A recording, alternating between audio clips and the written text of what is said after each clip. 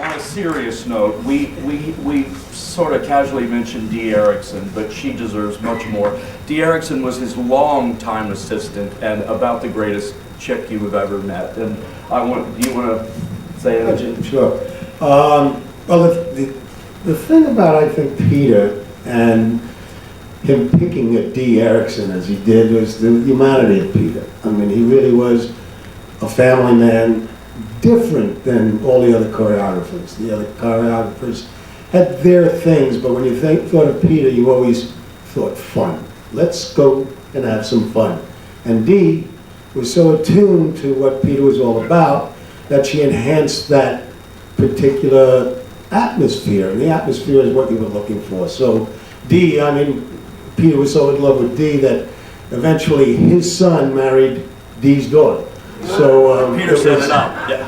And Peter instigated the whole thing. You know, I mean, he had enough awareness and enough insight to know what was important at that level. So we all respected that whole thing. And you'd get a telephone call from Dee years ago when we did the Ed Sullivan shows. You'd get a telephone call from Dee and you knew, all right, you know, the Ed Sullivan show, I'm going to have some laughs, going to be some people, it's going to be really fun. So the telephone call from Dee was very special. In addition to that was, we did a show called One Night Stand. And that particular show was different. My first show with Peter was kind of a flop, and that was with Gary and Tony and Chris Chapman and Scott Hunter and Nancy Dalton. I mean, my God, we're all here. We're all, you know, coming back because of Peter. And but that was like a 10-week flop. And the other thing that I had was an amazing success with Annie that ran for forever. But Peter always kind of reacted to a flop the same way he reacted to a hit. And it was kind of the beauty of Peter that he understood what the business was all about, and he never got too crazy. There were times when he would be excited about the dance. So John Mineo and I are in a One Night Stand. We're the only two male dancers. And I don't even remember the director. His name was John Dexter, but I never saw him. It was one of those things. And we had the most exquisite women on Broadway at that point.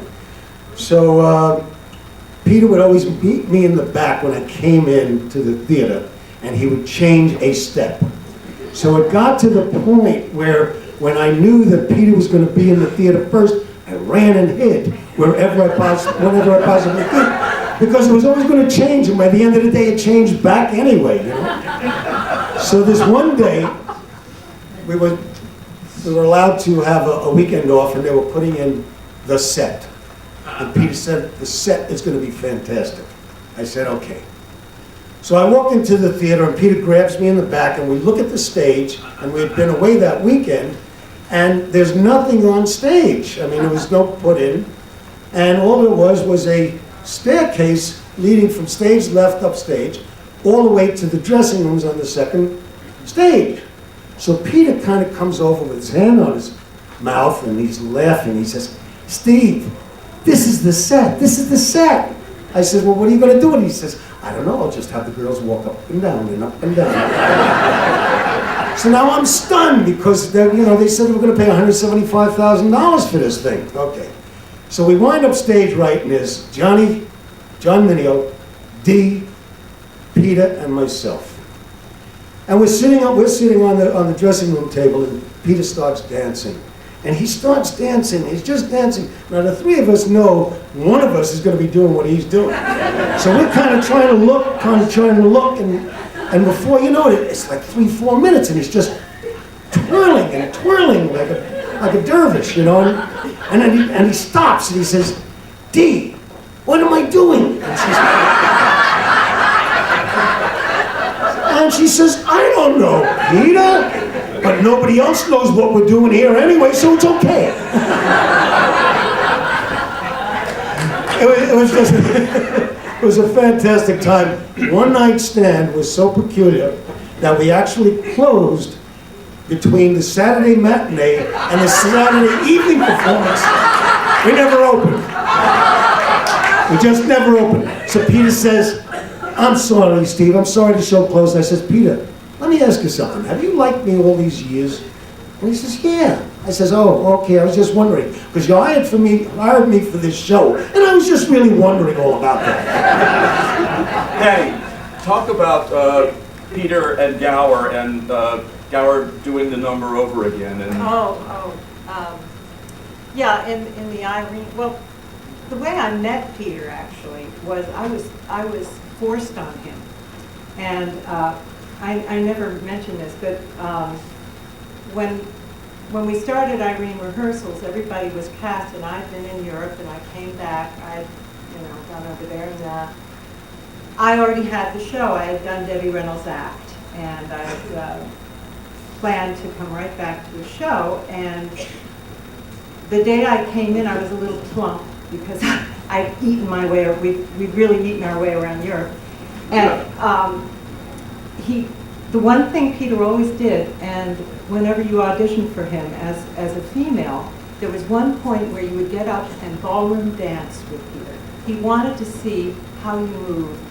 And I had this long, it was 70s, so I had a long dress on, and I got up on the stage, and I danced with him before I did all the other choreography, and he said, okay, he said, and anyway, what happened when we were out of town tryouts, as we were forever, we were in Philadelphia, and Sir John was no longer going to be with us.